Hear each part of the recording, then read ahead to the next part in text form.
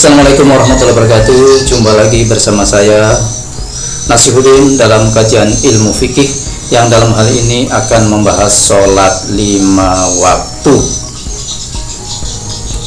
Adapun yang dibahas diantaranya adalah tentang ketentuan sholat 5 waktu, bacaan sholat 5 waktu, hikmah sholat 5 waktu, waktu sholat 5 waktu, sujud sahwi, praktek sholat 5 waktu, praktek sujud sahwi.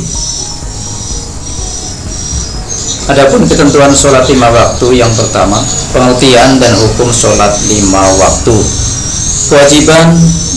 Kewajiban untuk melaksanakan sholat telah diberitahukan oleh Allah Subhanahu wa Ta'ala berdasarkan Quran surat Al-Baqarah ayat 43. Sholat 5 waktu hukumnya fardu ain bagi setiap muslim laki-laki dan perempuan yang sudah mu'alaf. Orang-orang yang meninggalkan sholat akan mendapat kerugian di dunia dan akhirat. Yang kedua, tentang syarat wajib sholat. Yang pertama atau yang A adalah beragama Islam, suci dari haid dan nifas, yang C berakal dan sudah balik, D telah sampai ajaran Islam kepadanya, yang E jaga atau tidak tidur. Selanjutnya, syarat sah sholat. Yang pertama tentunya adalah suci dari hadas besar dan hadas kecil. Yang kedua, suci badan, pakaian, dan tempat yang digunakan untuk sholat. Yang ketiga, menutup aurat. Yang selanjutnya adalah masuk waktu sholat. Dan yang terakhir adalah menghadap kiblat. Adapun rukun sholat adalah yang A, niat, berdiri, takbiratul ihram, membaca surah Al-Fatihah, ruku dengan tumak ninah, i'tidal dengan tumak ninah, sujud 2 kali dengan tumak ninah, lalu duduk di antara 2 sujud, duduk tasyahud, membaca tasyahud, membaca sholawat Nabi, membaca sholawat kepada Nabi Muhammad SAW, selanjutnya salam, dan terakhir adalah tertib. Kemudian sholat 5 waktu yang selanjutnya adalah tentang sunnah-sunnah sholat. 1. Sunnah hayat. Yang kedua, sunnah abangad. Selanjutnya, hal-hal yang membatalkan sholat. Yang A, meninggalkan salah satu rukun. B, tidak memenuhi salah satu dari syarat sholat dengan sengaja.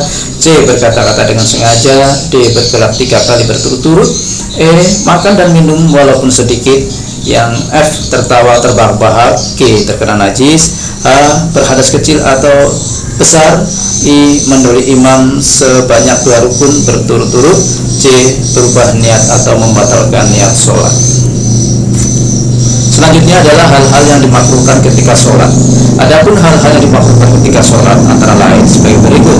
A, memalingkan muka kanan kiri. C, menatap ke langit. Dan D, menutup mulut rapat-rapat. B, yang selanjutnya adalah B, bacaan sholat 5 waktu. Pertama, niat sholat 5 waktu.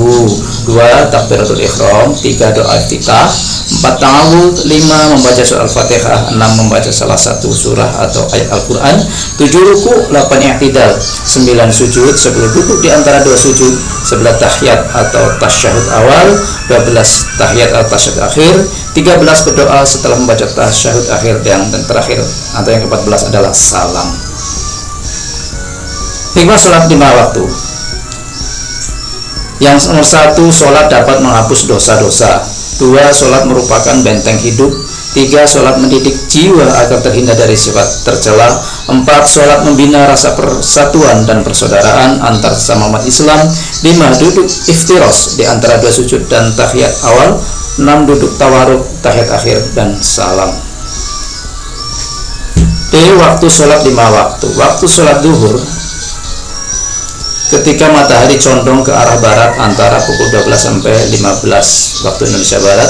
Kedua, waktu sholat ngasar yaitu ketika akhirnya atau berakhirnya waktu zuhur antara pukul 15 sampai 18. Waktu sholat maghrib sejak matahari terbenam sampai hilangnya mega atau awan merah antara pukul 18 sampai 19.